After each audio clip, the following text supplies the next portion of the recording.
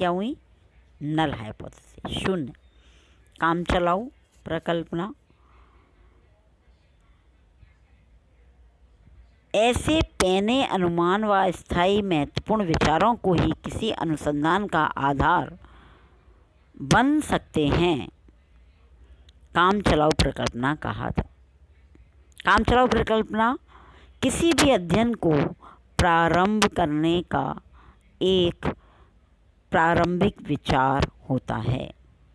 ज्यों-ज्यों अध्ययनकर्ता को अनुभव होता जाता है, विचार को पूरी तरह से त्याग कर उसके स्थान पर नई परिकल्पना बना ले। चूँकि यह विचार एक स्थायी कार्यवाहक और काम चलाऊ महत्व का होता है, इसलिए इसे हम काम चलाऊ कार्यवाहक परिकल्पना कहते हैं। उदाहरण से अगर हम देखें तो भौतिक वैज्ञानिकों की मान्यता थी कि परमाणु अविभाज्य है, किंतु बाद में अध्ययन के आधार पर उन्हें यह परिकल्पना बदलनी पड़ी जब यह ज्ञात हुआ कि परमाणु और अधिक विभाजन संभव है। स्पष्ट है बच्चों? तो ये हमारे कुछ प्रकार थे परिकल्पना के, जिनके आधार पर हम परिकल्पना को क्या करते हैं? निर्मित करते हैं।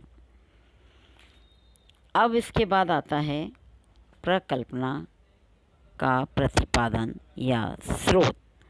परिकल्पना निकलने का जरिया क्या है? हमारे मस्तिष्क में आते कहाँ से हैं परिकल्पना? अगर इन सब चीज़ों को अगर हम देखें तो परिकल्पना एक अध्ययनकर्ता अनेक स्रोतों से परिकल्पना ग्रहण कर सकता है। व्यक्ति अपनी स्वयं की सूझबूझ, विचारधारा, कल्पना और अंतर्दृष्टि के आधार पर भी परिकल्पना का निर्माण कर सकता है, और अन्य कोई भी साधन हो सकते हैं। लेकिन गुड एंड हार्ट ने परिकल्पना के 4 स्रोत बताए हैं। नंबर 1, सामान्य संस्कृति। हम देखते हैं कि प्रत्येक समाज की अपनी क्या होती है? एक संस्कृति होती है।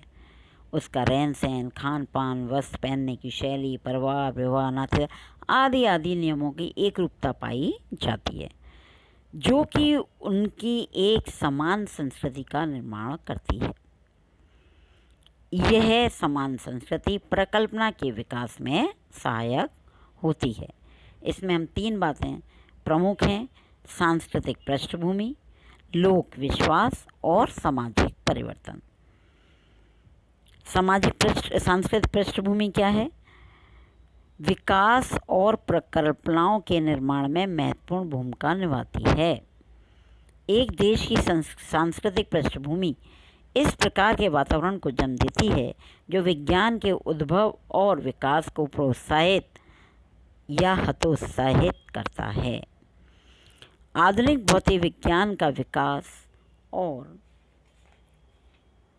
स्वयं समाजशास्त्र का विकास पश्चिम देशों और अमेरिका में ही क्यों हुआ, अन्य देशों में क्यों नहीं? इसका कारण भी उन देशों की सांस्कृतिक पृष्ठभूमि और सांस्कृतिक मूल्य हैं। भारतीय संस्कृति में अध्यात्मवाद, धर्म, सामूहिकता, संयुक्त परिवार प्रथा, नातेदारी, जाति व्यवस्था आदि का विशेष महत्व है। इसलिए भारत में कोई भी परिकल्पना इन पर आधारित हो सकती है। तो इस तरीके से हमारी जो सांस्कृतिक पृष्ठभूमि है वो क्या करती है? परिकल्पनाओं को जन्म देती है। दूसरा है लोक विश्वास। प्रत्येक संस्कृति के कुछ समान मान्यताएं एवं विश्वास भी पाए जाते हैं, जिनकी अभिव्यक्ति कहावतों, मुहावरों, दोहों, तुकबंदियों, सूक्तियों, लोकोक्तियों आदि के द्वारा होती हैं। क्योंकि इनका प्रचलन समाज में एक लंबे समय से होता है, अतः कई लोग तो इन्हें सहज रूप में स्वीकार कर लेते हैं, किंतु ये कहावतें और विश्वास वास्तव में कहाँ तक सत्य हैं, यह जानने के लिए अनुसंधानकर्ता इसमें से किसी भी को भी परिकल्पना मानकर अध्ययन कर सकता है। और तीसरा जो गुड एंड हार्ट ने बताया हुआ है सामाजिक परिवर्तन। कोई भी समाज और संस्कृति स्थिर नहीं है, समय के साथ इसमें परिवर्तन होना स्वाभाविक है। यह परिवर्तन नई नई परिकल्पनाओं में कुछ परिकल्पनाएं इस प्रकार होती हैं, उनको यह जन्म देता है।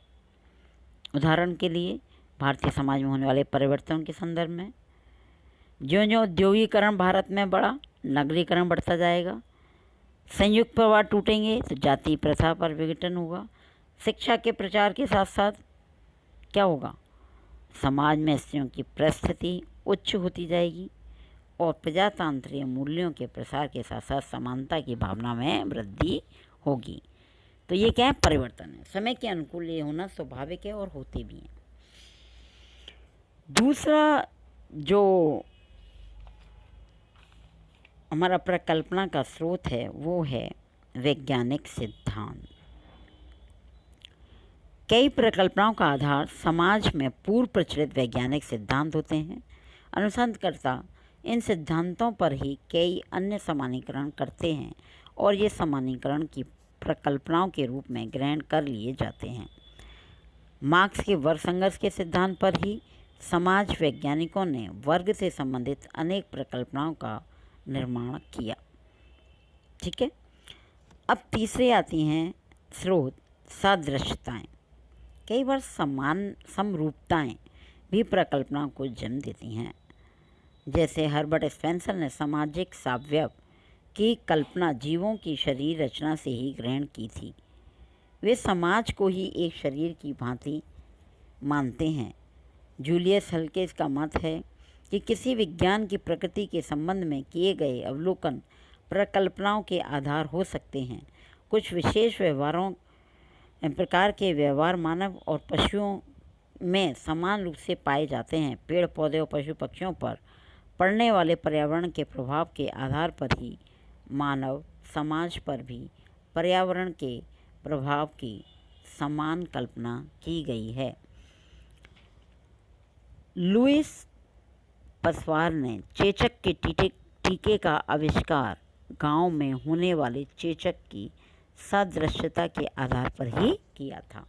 जैसे आज कोविड-19 चल रहा है बच्चों, कोविड-19 के लिए प्रयास किए जा रहे हैं। आज की परिस्थिति सादृश्यताएं देखते हुए अनेक चिकित्सक, हेल्थ डॉक्टर्स, ये सब मिलकर उसकी सादृश्यता के आधार पर कुछ ना कुछ इसका सब्स्टिट्यूट निकालने का प्रयास कर रहे हैं, जिससे कि हम इस पर क्या कर सकें, कंट्रोल कर सकें। नेक्स्ट स्रोत है व्यक्तिगत अनुभव। कुछ हमारे व्यक्तिगत अनुभव होते हैं जिसके आधार पर परिकल्पनाएं निर्मित होती हैं। जैसे उदाहरण के लिए लैम्ब्रोसो ने कहा, अपराधी जन्मजात होते हैं।